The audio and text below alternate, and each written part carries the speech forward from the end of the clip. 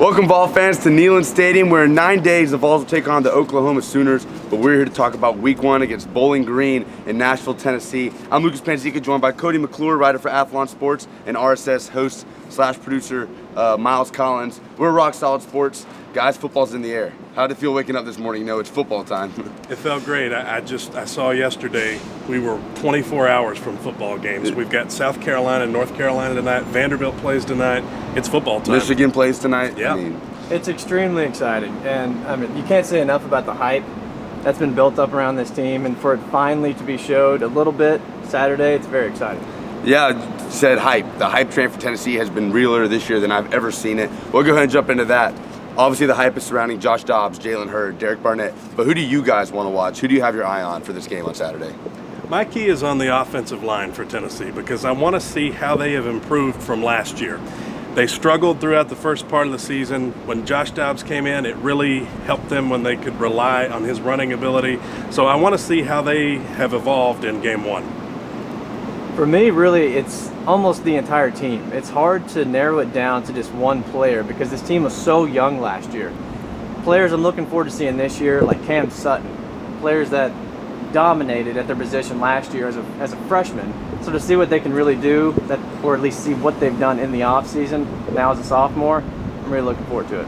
What about on Bowling Green's side? Butch Jones praises this team. Very fast offense. He talks a lot about Matt Johnson, the quarterback, returning from injury. Missed all of 2014 after a great 2013 year. So who do you guys have your eye on the Bowling Green Falcons? Well, the key to me for Bowling Green is 11 starters back on offense. You've got every player back, including Matt Johnson, who was out last year, but he's back now. Travis Green ran for nearly 1,000 yards a year ago. He's a Doak Walker Award candidate in the preseason. So an offensive line coming back with 125 combined starts. I'm looking at Bowling Green's offense. I think it's going to be tough for Tennessee to stop the Falcons on that side of the ball. And for me, it's really the same. The offense is fast. Bowling Green's offense is fast as any offense in the nation. What can Tennessee's defense do to slow them down? I think that's the question. Players are going to have to step up. Like I said, Cam Sutton. You're looking at Todd Kelly Jr. You're looking at Kurt Magette. You got Derek Barnett. These guys need to step up and really make an impact on defense, slow this offense down. Tennessee, obviously very heavily favored against Bowling Green. What are the keys to the game for Tennessee to not mess up, and how devastating would this loss be to this season if it were to happen? If a loss happened in Week 1, it would be huge. The wheels would fall completely off, and any hopes of Tennessee's 10-win season would go down the drain. For Tennessee to win this game, I think they've got to get pressure in the backfield. You can't let Bowling Green's experienced offensive line control the pace of this game. If not Cam Sutton, but if Kurt Magette and Derek Barnett can get in the backfield, free up the secondary a little bit, and let Tennessee's secondary create a couple turnovers, they'll have a good shot in this one. Yeah, there's too much hype around this team for Tennessee to get the train completely derailed on Week 1. I mean, this is a team that Tennessee should beat, and Tennessee has a rough road ahead. So, games like this that are coming about, these are the games that Tennessee has to win. This team, pretty sure they have the talent to do it. They got to slow down on offense, but Tennessee should win convincingly if they play the way they should. Now on the Bowling Green side, obviously they might have to play a perfect game to beat this team. But what does Bowling Green have to do to beat Tennessee in a huge upset? The key for me with Bowling Green is similar to the key with Tennessee. They're just going to have to play better. Bowling Green does not have the athletes that can stay with Tennessee for 4 quarters. So they need to get through the game with no turnovers, and they need to score when they have the ball. If they can, their run game could be key in this game with Travis Green and that offensive line. Again, to emphasize on them. With Tennessee having a new starter in at middle linebacker, we're not sure how Colton Jumper is going to look in Game 1. Interior of the defensive line is also a bit of a concern. If Bowling Green can establish the run, they might be able to stay in this one for 2 or 3 quarters. Yeah, and Bowling Green's got to find some kind of way to put points on the board. That's going to be their biggest problem. Tennessee showed last year in their bowl game they can put points up on the board with this very talented team. Bowling Green, like Cody said, does not have the weapons that they need to put points up on the board. If they can somehow find a way to slow down the tremendous talent that Tennessee has on offense, they have a chance. Just don't know if they have the talent. And it'll be to do it. tough with this Bowling Green defense that was second to last in the MAC last year in total defense, and they returned 7 starters. So we'll see how that very potentially dynamic offense for Tennessee does. But you mentioned Colton Jumper at middle linebacker. That kind of segues into the depth chart for Tennessee was released this past Wednesday. What surprises? I mean, Colton Jumper, that one just jumped right out at you. No pun intended, but that beating out Kenny Bynum and Darren Kirkland. What was y'all's reaction on that? I think Colton Jumper getting the start at middle linebacker surprised a lot of people. When we first heard the news last week that it was between Jumper and Kirkland, I think everybody's initial question was, where's Kenny Bynum? So the fact that Jumper is getting the start as a walk-on, nothing against Jumper, but I'm very concerned with that middle linebacker spot just because of the fact that a walk-on has actually played his way into the starting role. Not saying that can't happen sometimes, but it concerns me. Without A.J. Johnson there, I think that's a big loss for Tennessee. Yeah, and like you said, with Tennessee starting a walk-on at middle linebacker, that's just one piece that Tennessee has that's young in this game. Tennessee's starting a lot of young talent in this game. One more, I believe, than last year's first game in the opener, but again, that can go to a key to victory for Bowling Green. If they can take advantage of these young players that Tennessee's throwing out there this Saturday, then Bowling Green might have a shot. Miles, you and I were talking about it earlier today about how Tennessee's going to be playing a lot of freshmen, giving them a lot of reps, but they're going to have to break out the big guns, when it comes to playing higher competition.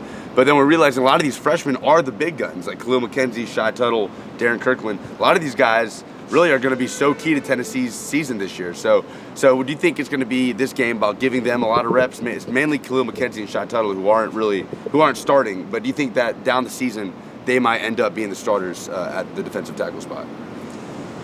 I think it's going to be very hard to keep Khalil McKenzie off the field. Tuttle as well, but McKenzie is more of a pure talent in my opinion. Both of these guys could be future NFL defensive linemen. They may not be getting the start in week 1, but they will definitely play down the road. Right, and I think it's all about getting experience for these young players on Tennessee, because there's no doubt that when Butch Jones brought these players in, and Shai Tuttle and Khalil McKenzie, it was for one reason: to get these guys in as quick as they can, because you're going to need all hands on deck when you start playing teams like Oklahoma, Georgia, Alabama, any of these SEC big hitters. So yeah, this first game, I like the idea. Make Khalil McKenzie, make Shai Tuttle earn it. Make them earn their spot. Don't just give it to them. Let them have a little bit of humility. I like that. But definitely, you got to look ahead towards Oklahoma. You would expect to see players like Khalil McKenzie and Shai Tuttle definitely out there on the field, because they are eventually going to be the ones that give Tennessee the best chance to win. Kind of on the offensive side of the ball, if you had told a typical Tennessee fan about 3 months ago that Juwan Jennings would be a starting wide receiver in week 1, I don't know how they would have reacted. What was y'all's reaction to that when the third string backup beats out which is a loaded receiver corps for Tennessee? Watching Juwan Jennings in practice, I think everybody knew that he was going to make a quick impact. He's catching one-handed passes nearly every single day.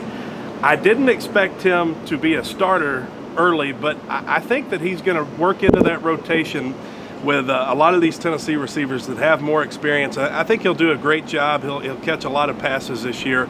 With Peg Howard out in week 1, it'll be interesting to see how Jennings comes in and how he plays compared to also Marquez North coming back from an injury. Von Pearson has missed some time. So the entire receiving corps in general will be fun to watch. Yeah, and this receiving corps, it's so deep on Tennessee. I mean, you've got 6 receivers that can make an argument that they should be a number 1 receiver on a lot of teams in the SEC. So this depth that Tennessee has at wide receiver is incredible. And the fact that Juwan Jennings is getting a start, I'm not that surprised because all of them are so talented. With Pig Howard being out, that got something to do with it. It can also go along with possibly Tennessee playing more young players in this first game to kind of get the jitters out. But it's almost like every week, doesn't matter who you play at wide receiver, you're going to have a solid 3 or 4 guys you can throw out there and feel comfortable about playing. And depth is very important because Tennessee's no stranger to the injury bug, and it's already bitten this fall with guys like Rashawn Golden, Marcus Jackson, Daryl McNeil might be out for the season. Are these all guys that Tennessee can afford to lose, for trying to find a silver lining? Because a lot of these positions are like Todd Kelly can slip right into safety. Offensive line has way more depth than did last year. So how important are these injuries this fall for Tennessee? How devastating are they? Well, for any team, injuries are going to continue to pile up throughout the season. That's usually the way it works. I'm not as concerned about Golden's injury. I think Tennessee has a little more depth on defense, and especially in the secondary and those outside linebacker spots. So they've got some guys they can work in right there. However, the offensive line, a huge concern for the Vols. They can't afford to have anyone else go down. They're too thin there, and with Marcus Jackson already out, we could see some initial impact from that. So No more injuries on the O-line for the Vols, but I think they're okay everywhere else. Yeah, I mean, and likewise. I mean, he nailed it. I mean, the offensive line is really the main concern for Tennessee right now. There's not enough depth at the position. Butch Jones has said already that this team is at least one big draft class away from being at the point that they need to be as far as depth goes at the offensive line position. Plenty of depth at wide receiver, just don't have it at offensive line, and there's already been some injuries in the off season. You know, is that because this team is so fired up about the season? They're beating each other up? Don't know, but they, you know, as Cody just said, you cannot afford to lose any more talent on the offensive line. They're just too thin. And that, last but not least, the predictions, score predictions for this game, Tennessee against Bowling Green in Neyland Stadium. Miles, who you got? What's the score? We got Tennessee in this one. I think it's going to be probably an offensive showcase for Tennessee, at least in my mind it should be. I'm thinking Tennessee's going to come out around 35-10, somewhere around that neighborhood. Lucas, I think the Falcons will hang around for a quarter or two. I see this similar to last year's Utah State game. A lot of people thought this, call it a mid-major school, would hang around for a while.